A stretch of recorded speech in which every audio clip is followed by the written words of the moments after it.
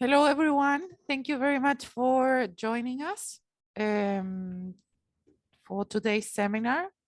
So we represent WildfireX or Wildfire Exchange, and this seminar is about current issues and future directions, wildfires in Chile and Australia.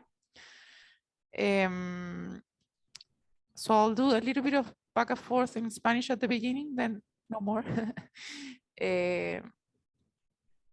Buenas tardes a todos. Muchas gracias por Good conectarse. afternoon to all of you. Thank you very much for connecting to this seminar. We are WildfireX or Wildfire Exchange, and today's seminar is called Current Issues and Future Directions, Wildfires in Chile and Australia.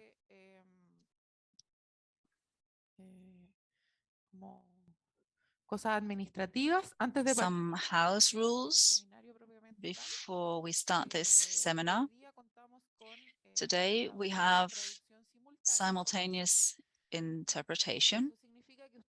This means that you can listen to the presentations in the original language. This means that if people speak in Spanish or in English, you can listen to the original language, or you can choose a channel, which would be English or Spanish. Here at the menu bar, at the bottom of your screen, you go to this icon like a globe. Then you can choose the language in which you would like to listen to the presentations throughout the entire webinar. Moreover, today's meeting will be recorded. It will be recorded in English and in Spanish, and both versions will be available on the website, so you can have a look at them again later on. Before we actually start. So today we have a simultaneous translator working with us. So you have the option of participating, listening to the original audio, so both Spanish and English, or to choose one language, one channel for associated to one language to listen to the whole seminar.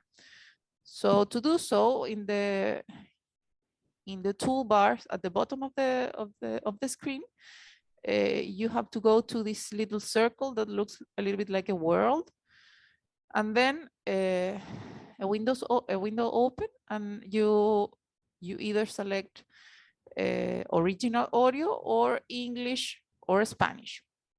And once you choose English or Spanish, you're gonna only hear in that language. Also, I would like to mention that the presentations will be recorded both in English and Spanish, and that they will be available for your consultation later on our website. So now to properly start, I would like to give the word to Alan, who will acknowledge the indigenous peoples of the land. Thank you very much, Constanza.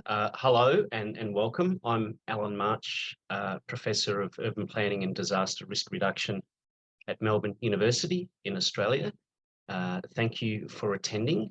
This is our first formal presentation and look forward to many more after this. I'd like to begin today by acknowledging the Wurundjeri people, the traditional custodians of the land on which I am today, and pay my respects to their elders, past, present and emerging. I extend that respect to Aboriginal, Torres Strait and other Indigenous peoples here and in the many other places that you are all today. So thank you very much, and I'll pass back to Constanza. Thank you very much, Alan, for that. So I will present myself as well. I'm Constanza Gonzalez. I'm lecturer and researcher at the Universidad del Desarrollo here in Concepción, Chile. And together with Alan, we run this project called WildfireX. So I'll very briefly explain what is this project about. If I can change the slide. there. So, and maybe I'll do it in Spanish. So, WildfireX es una WildfireX is a learning hub for the development and exchange of knowledge about risk reduction, fire risk reduction, when they are in the built environment in Chile and in Australia. This platform responds to the premise that access to information and collaborative resources are key for wildfire risk reduction. Which is very important in this project is that it's focused on building relationships and collaborations between the countries. And we basically base our work on a committee of experts from key organizations from Chile and Australia that include CSIRO, fire services, resilience agencies, fire engineering and design, research centers, and other organizations, important organizations from both countries.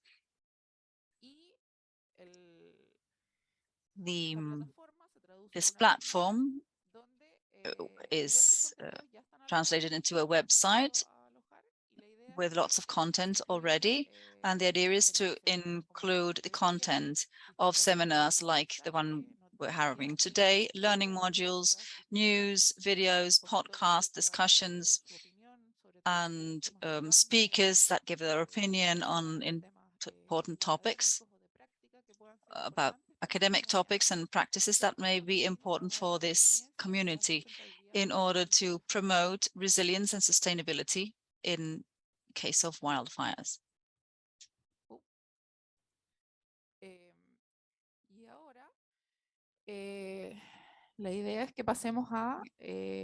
Now, we would like to start with the presentations of this seminar. First, Raphaele Blanchi will begin. Alan, will you do the slides? Yes, so I'd just like to introduce Raphaele, and if Raphaele can be given sharing rights, please, so she can share her screen. Just while that's happening, I'll introduce Raphaele, Dr. Raphaele Blanchi, who is team leader of bushfire adaptation at CSIRO. She contributes to community safety improvement through her work on community vulnerability assessment and engagement with national and international stakeholders and research communities. Her principal interest lies in understanding and reduction of risk posed by bushfire to communities and infrastructure. She has a background in geography, risk assessment and land use planning with CSIRO Land and Water in the Bushfire Urban Design team since 2004. So I'll pass over to you, Raphaele. It's such a pleasure to have you speak, and I'm looking forward to it very much. Thank you so much, Alan. I'm just going to share the presentation. Please let me know if it has worked. It's good if you could just maximize the screen, please, Rafi. That's working for everybody? Perfect. Thank you so much, and thank you for having me this morning. It's a real pleasure to start these seminars and these presentations on the current issues and future direction for, discussion between how to reduce the risk of wildfire in Chile and in Australia. As Alan mentioned, most of our research involves understanding the context of the loss, how the fire or wildfire or bushfire, I would call them in Australia, impact the community. And in summary, I would say that we look at the fire from the house and from the people's perspective. That's what we are probably unique in the way we work in our team. And really the objective is to provide information to increase community resilience. So today the presentation focused, like we mentioned, on risk reduction in the built environment, and we try to discuss some of the challenges in Australia and future direction as well. So I'll start by give you a bit of a context of fire in Australia. So fire there is a defining part of the ecosystem in Australia. So it has shaped this landscape for many years, and it's also used by the indigenous population to manage the lands. But since the European settlements, we have experienced fire exclusions, less burning and suppressions, and that has increased the fuel and the potential for bushfire hazards in different parts of Australia.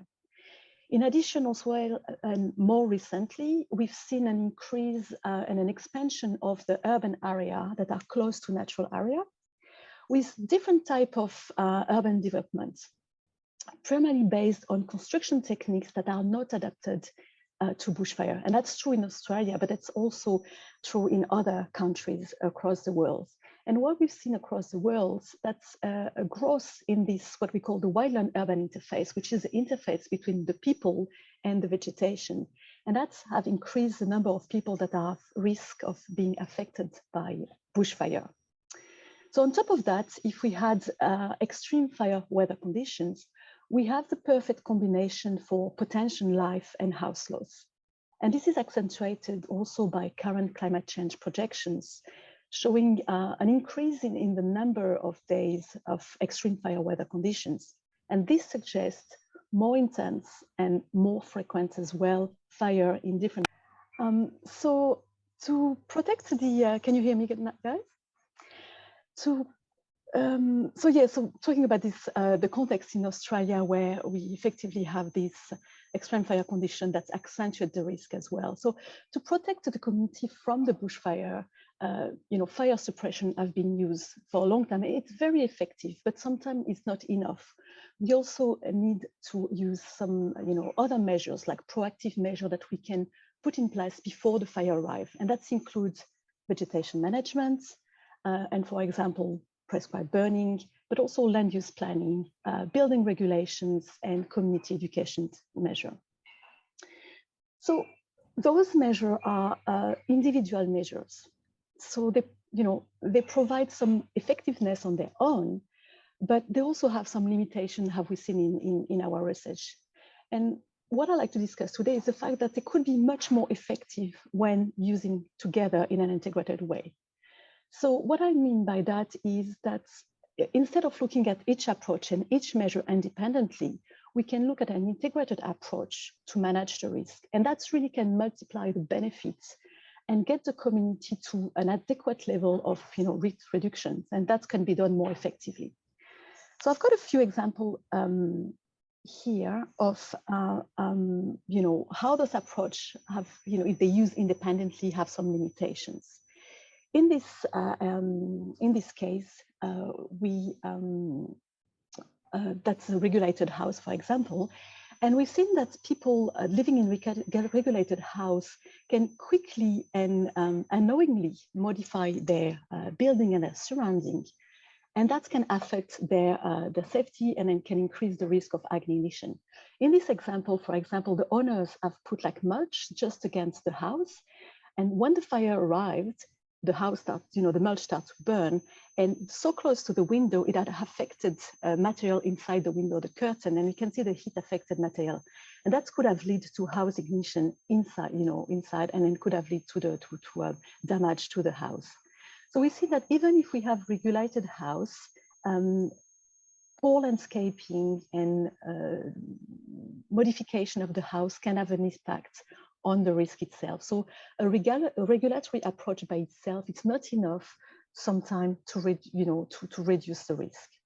And this really example highlights the connection between what an owner can understand about the regulations, but also identifying the lack of recognitions by the regulations of what an owner typically does around the house. How well the house and the landscape are maintained. What are the modifications that are done to the house along its life? And what are the implications of those modifications on the vulnerability of the house and overall on the risk? Another example that I like to give you is a disconnection this time between two regulatory systems, between the planning and the building system. The building regulation allowed in Australia to build house within meter of each other's, with construction material that does not take into account the fact that a house can burn nearby and can affect the other house. So the building regulation recognizes, the threat of the fire arriving on the house, but does not recognize house-to-house fire spread, and does not recognize as well other combustible objects like vegetation, fence, or other ground cover that can threaten the house.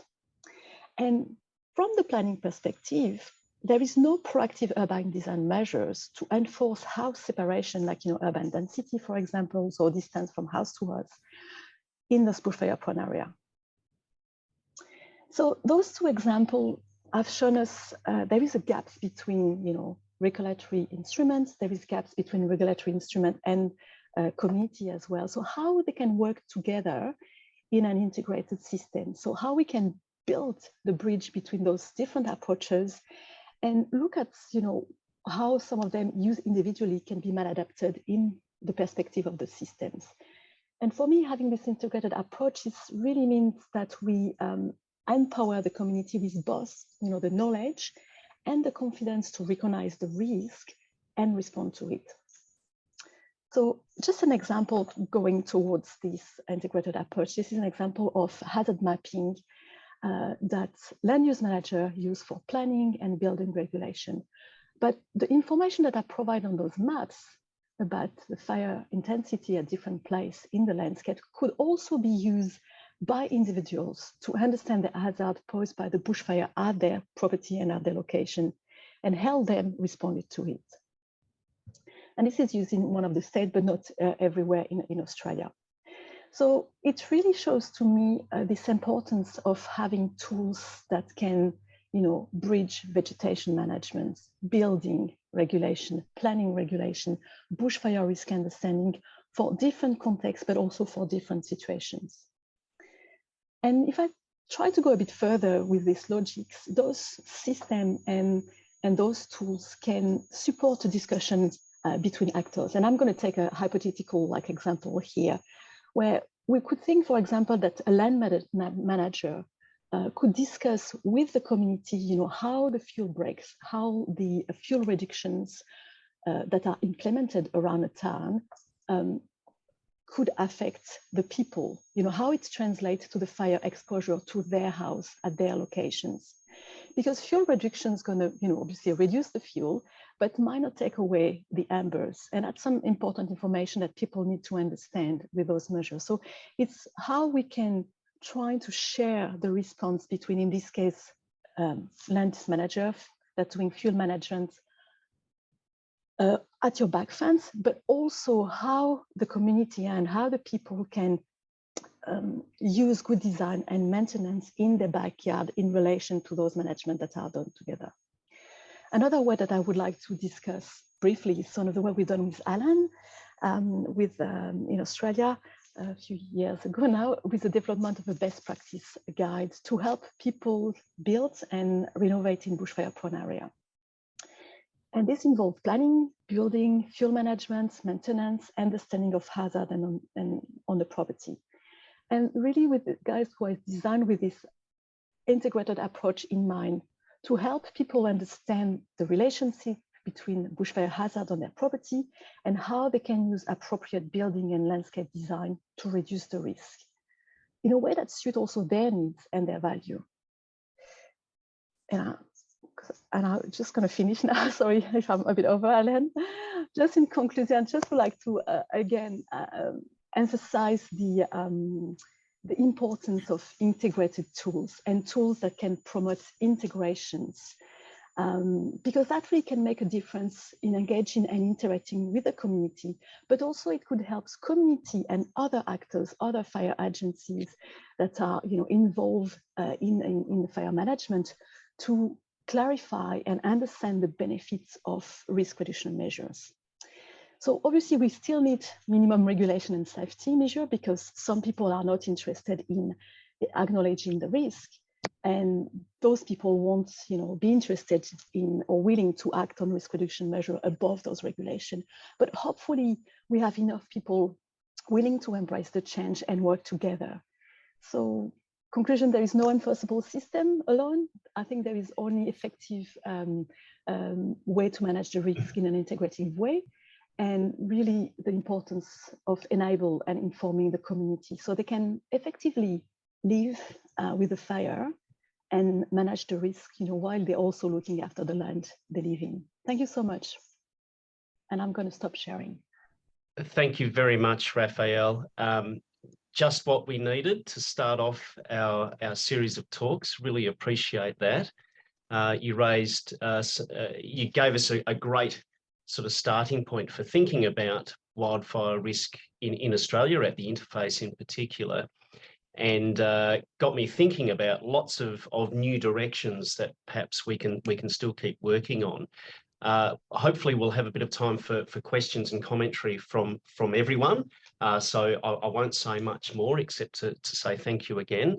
And I'll pass over to Constanza now to introduce our next speaker. Thank you. Thank you, Alan, and thank you very much, Raphael, for that great presentation. I agree with Alan that that's a great way of starting this run of seminars, and you presented some very interesting points. So I'm gonna briefly remind you, in case someone new has arrived, that you can listen to this presentation both translated to English or to Spanish. For that, you have to go to the bottom of the screen, and where all the tools are, you have to select interpretation or translation, which is like a circle, like a little world, and there you choose the language you want to listen to. Antes de introducir a Ramón, brevemente me gustaría presenting Ramón, I would like to remind you that you can listen to these presentations in English and in Spanish. If you want to listen to the interpretation, at the bottom of your screen in the menu bar, you will find an icon in the shape of a globe that says interpretation. If you open that, you can choose an English or Spanish channel. So, Ramón, thank you very much for being here today with your presentation. I will introduce you before you do your presentation. Ramón Figueroa is the president of the Prevention Department and Protection Against Wildfire in Corma. That joins more than 150 actors in the area. They have a strong focus on prevention of wildfires. Thank you very much, Ramón. The floor is yours. Thank you, Constanza. Good morning and good afternoon to all of you. I will be very quick because I have a few more slides than the previous speaker. The first thing I would like to tell you that the last 40 years, we've seen how the generation of wildfires has increased since 1980, and that the fires are faster and more ferocious, and we have to invest more in increasing our extinction measures. In the 80s, we have had in fires of magnitude in native woods. They create lots of damage. In 2017, we had a break at the end of the season with the private and public sectors because we realized that we had to learn lessons, that we had more than 20,000 hectares of affected surface with native woods, plantations, agricultural farming areas, vineyard, and many thousands of houses that had been burned. And we realized that something important was that fires, we had to face them as a community and sector all together with all the institutions. So we generated protocols about unified command, an agreement of collaboration to fight wildfires. And other protocols that have enabled us to work all together.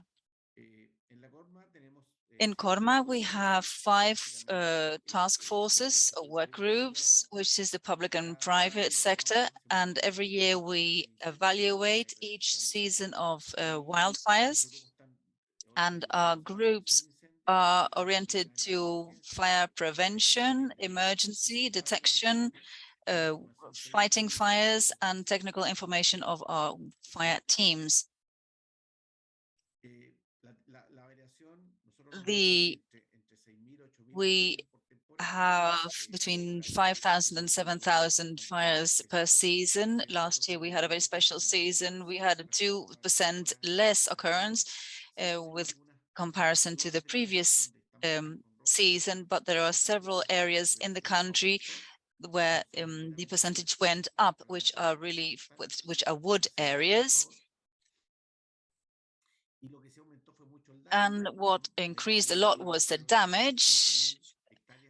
Last season, it was 35,000. Normal is between 40 and 50. And it was 125 from 2021 to 2022, with higher percentages of losses and damage concentrated, especially in this season. First, what was most affected was the natural vegetation, woods, native woods, and forest plantations. This happens in the country and everywhere. 47.9% of our fires are intentional or can be described as intentional, and negligence is the next cause. And the losses in intentionality is concentrated in Araucanía and Biobío regions in the south. This is what has been going on in the season. I think everybody knows that we have had a large number of wildfires, and especially the damage that is being generated in the Northern Hemisphere. It's not a reflection on a replica of what's happening here in the South, but it's concerning in the United States. More than 3 million hectares have been burned till now, and this has been the most complex season in the past 10 years. And in Europe, lots of many more hectares have been burnt as well, more than previously. Here we have something very important. We are part of, and we're responsible for this, climate change. Of course, the temperature 1.5 degrees, it will go up in the next years. And that, of course, will generate the highest temperatures in the pre-industrial area. So climate change will increase the number of wildfires. And the phenomena that are more and more common, we are getting to the Arctic Circle with wildfires. Also in the extreme south, in the southern hemisphere, we've had wildfires in Punta Arenas, which is very far down south, and the south of Punta Arenas, which is one of the most southern areas of Chile, and in southern hemisphere with temperatures of 30-35 degrees Celsius, which are higher than temperatures that we sometimes have in latitudes such as Florida in the United States. The pressure that is being generated by the loss of nature, flora, fauna, hunger, of course, that also generates pressure on the ecosystem and generates this vicious circle where conditions become more and more extreme. We have food crisis, and hunger threatens the stability of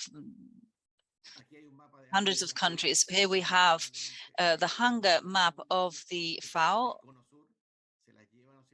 Of course, the Southern Hemisphere has the most hunger in the country, and of course the food indicators are the same here from Mexico to Chile, and basically the south of Europe and some parts of Asia.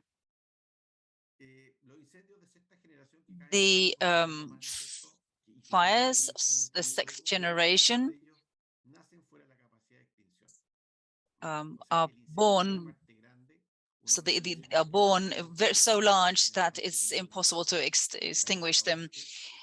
Like you see in the United States and on the West Coast, even if you get there very early to detect the fire and to try and control this, these fires are generated in an exponential way, and the resources, even if they get there very fast, can't do anything against this storm of fire that in a ferocious way feeds on anything that can be used as fuel around it. Of course, the mega fires are here as well. Climate change, the anthropic pressure, and the forest development model has affected this and has showed this. This is a picture from 2017 taken by a satellite, where we can see an enormous number of wildfires out of control and with the means of extinguishment completely exhausted. What can we do in our country? One, of course, is the previous work that we've seen generating in the areas where the forest can sometimes even affect the urban areas. What can we do there? Of course, what's also important, and that has to do with the fuels.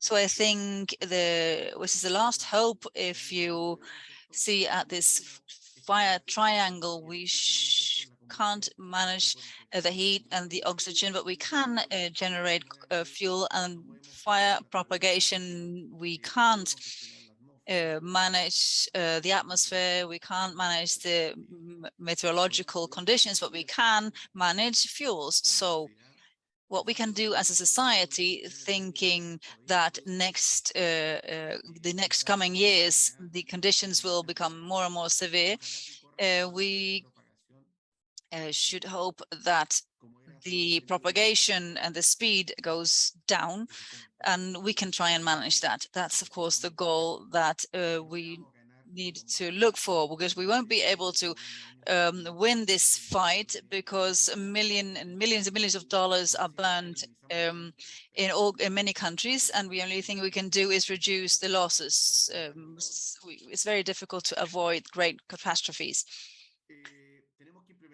We have to implement new preventive tools and management tools to cut the fires. That's key, of course, new tools to manage these fires, to seize the fires, and design and manage the terrain in terms of landscaping. So we need to have clean woods, because dirty woods have a lot of vegetation and lots of agricultural waste that is easy to burn, and then burns the trees down as well. Here, there is something that I would like to talk to you about. It's a concept. So these are the woods of the future, the forests of the future, or the forests without future, which are the ones that are burnt and that die. And that depends all on us. We can't control the climate. We can in some way manage anthropic pressure, but there are more and more people who go through the woods, visit the woods, walk in the woods. And of course, if we can't bring the number of fires down and the propagation speed goes more and more up, the only thing we can do is manage our plantations, our forests. We have to adapt the forests to the fires, to build forests that are more resistant and more resilient to fire. That's an important measure we have to take, and we haven't got much time left. A problem that has always existed in the forest world, which is called the return of the invention, or the karma of managing woods. There are always companies that ask, if we manage the woods, is that justified, and how is that paid? How is that financed? And it is justified, and especially it's an investment, and that will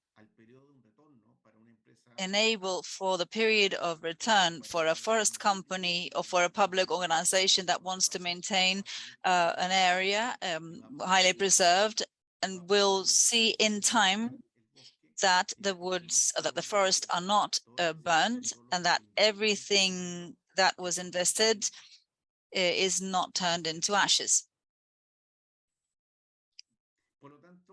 So the forestry has to anticipate and reduce the fuel load to avoid large wildfires, and reduce the potential risks on people and landscape.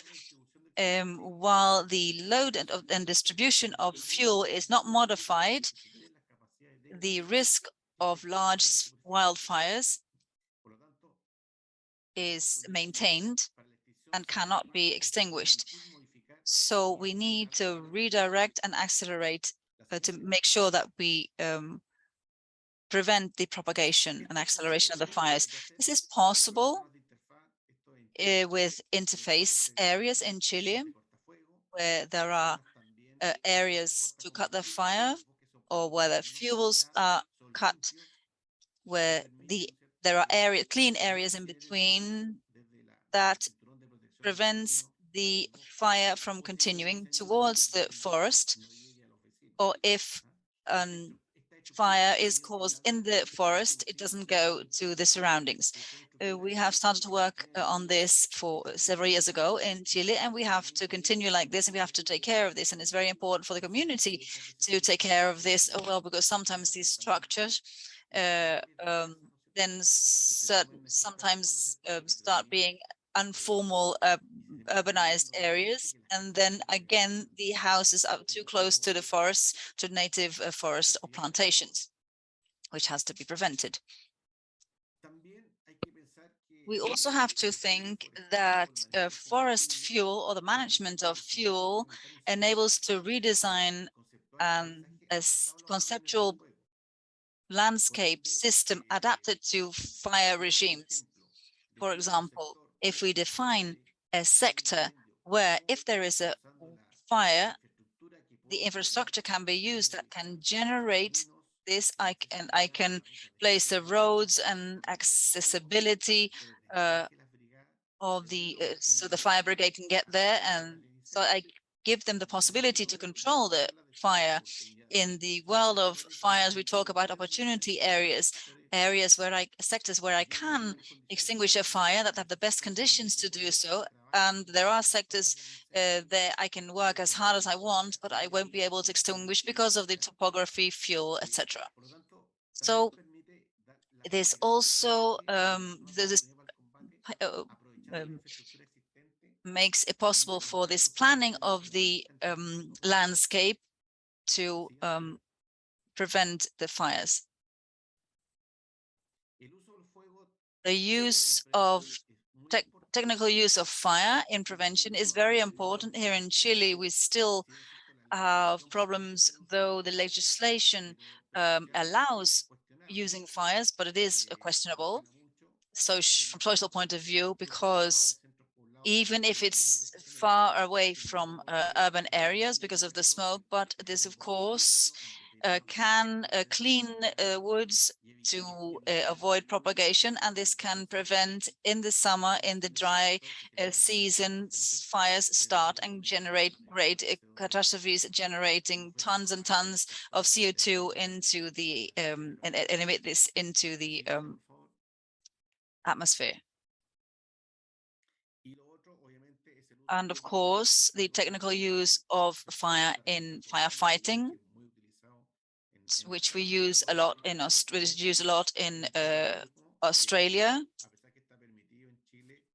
though it is used in Chile. These fire breaks are used very little, and it's the last tool that you would like to use, of course, when there are very scarce measures of control and that lives of people are at stake.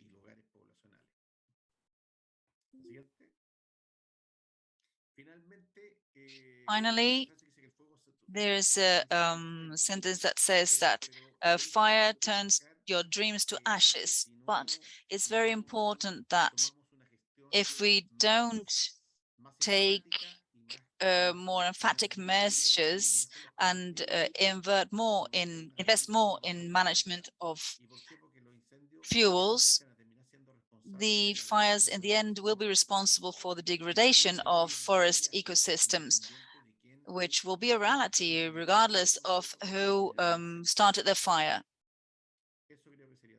This is everything I wanted to tell you. Thank you. Thank you very much, Ramón. Very interesting presentation. It gives a context of the global problems associated with climate change and some of the strategies that are being implemented now, especially after these fires in 2017.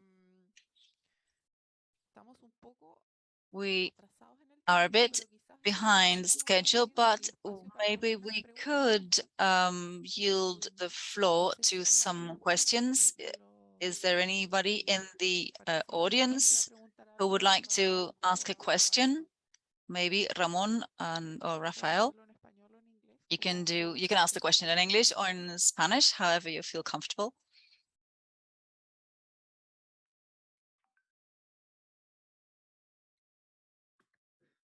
Miguel Ángel, por favor.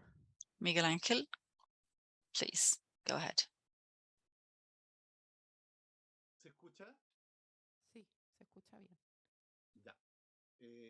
No, era un poco, veo que la presentación. I saw that the presentation by the person from Australia is a lot more focused on facing fires from the perspective of the city and the people, and here in Chile it's more associated to forest management, recognizing that in our country or in our region particularly, the problems have to do with industrial plantations, not native forests, or the risk that the intensive use of soil. So in Australia, what are the regulations or the standards or the rules that you use in Australia, such as, for example, the fire breaks and these measures towards the urban areas? What are the measures that the industrial woods and forests in Australia take in relation to the urban areas? I would like to ask this because I think it's very important to balance the load in terms of responsibility for the wildfires between urban areas and industrial forestry, because of course we have tools in the cities which are standards for construction that can minimize and that mitigate, but of course the forests seem to have little regulation when the forests are close to the city. Like Ramón says, okay, we're saying that we need space between the forest and the cities. So how do you see that relationship between the forest and urban areas in Australia? Muchas gracias, Miguel Ángel, por tu pregunta. Thank you, Miguel Ángel, for your question.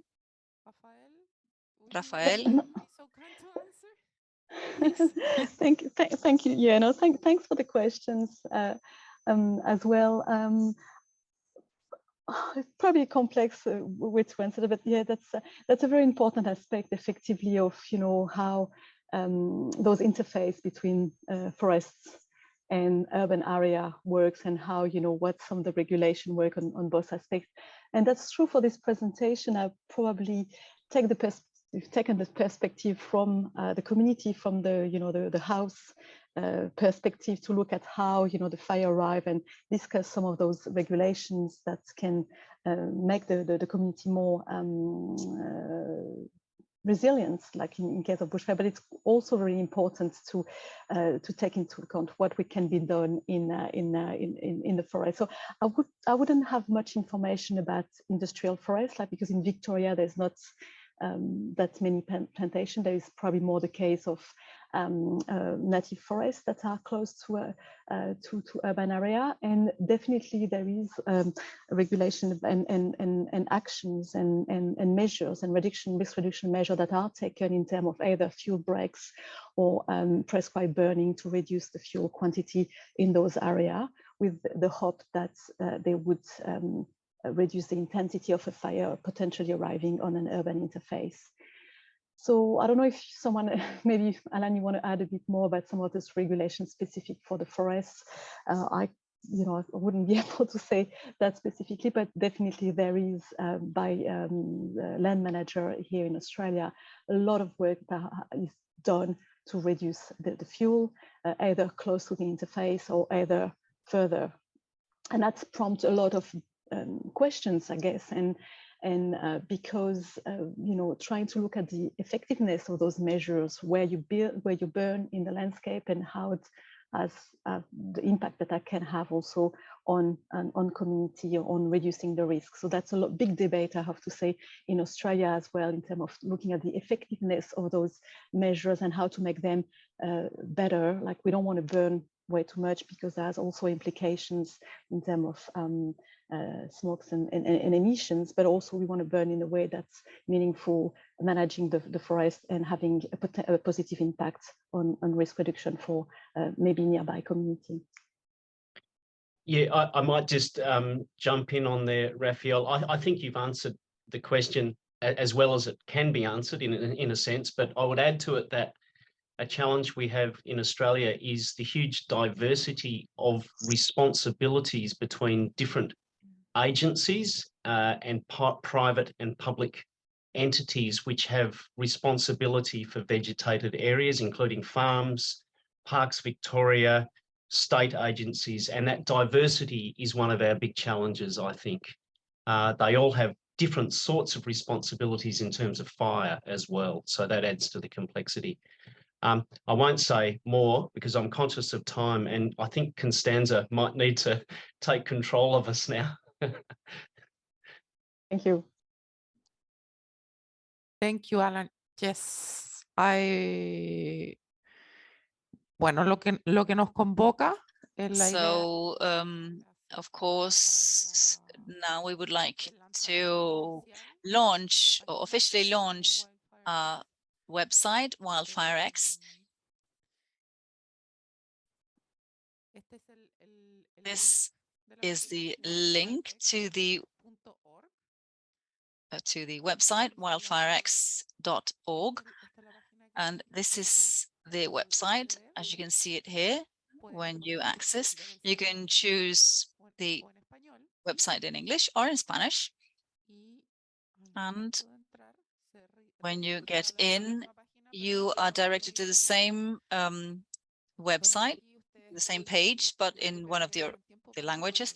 I hope you have time to look at it and take your time. Here we have the most recent news that have been published on the website. There are different windows describing who are part of the team, goals, different context, contents, investigation, practice, and opinion, and then opportunities and networks associated with the agenda, networks, opportunities, such as, for example, fellowships and different interesting pages.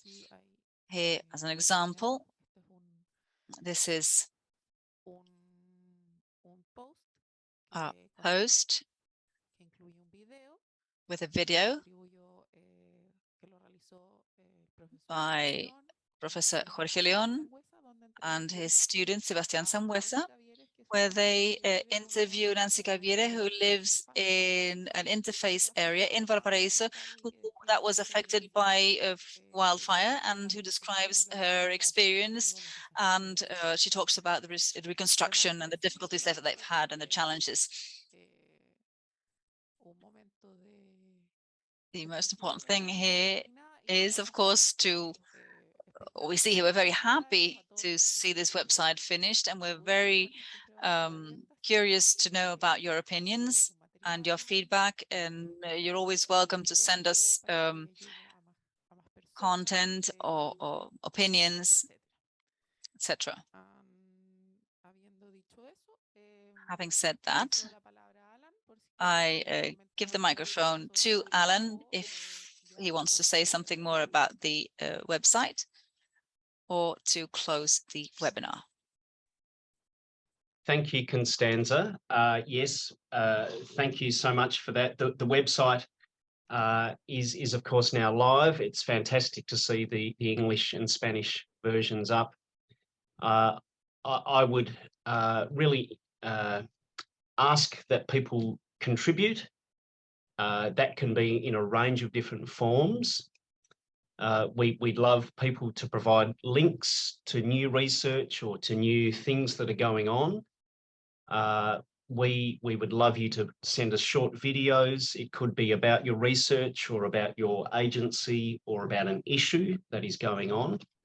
We are deliberately trying to make it easy for people to contribute by, I guess you could say, having things edited to enough of a sophistication to make them intelligible and attractive, but not to try and make it like we're producing a movie, for example.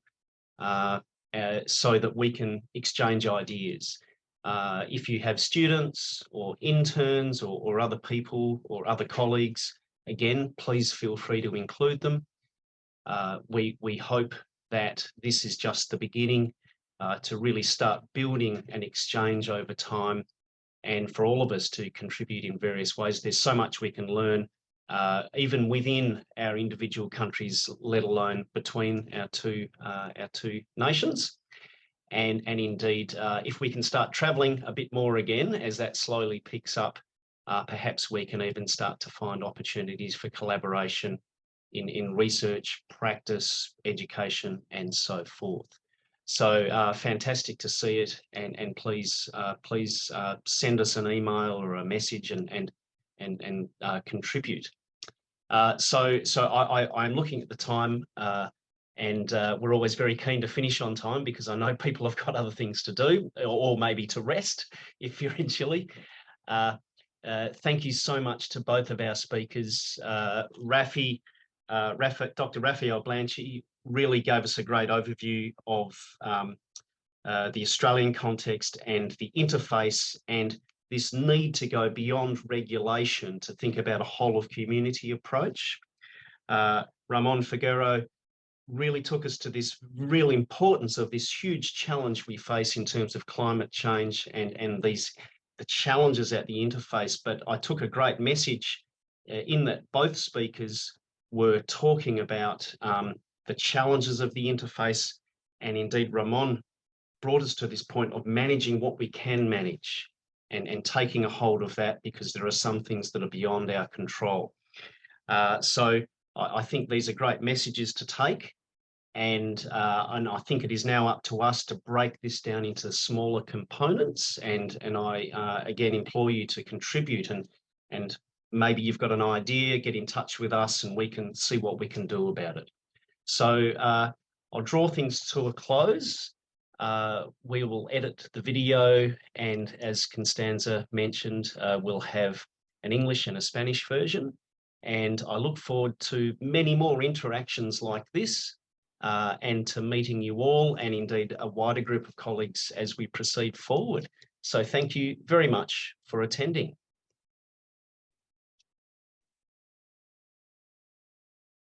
Thank you very much. Bye-bye. Thank you. Thank you.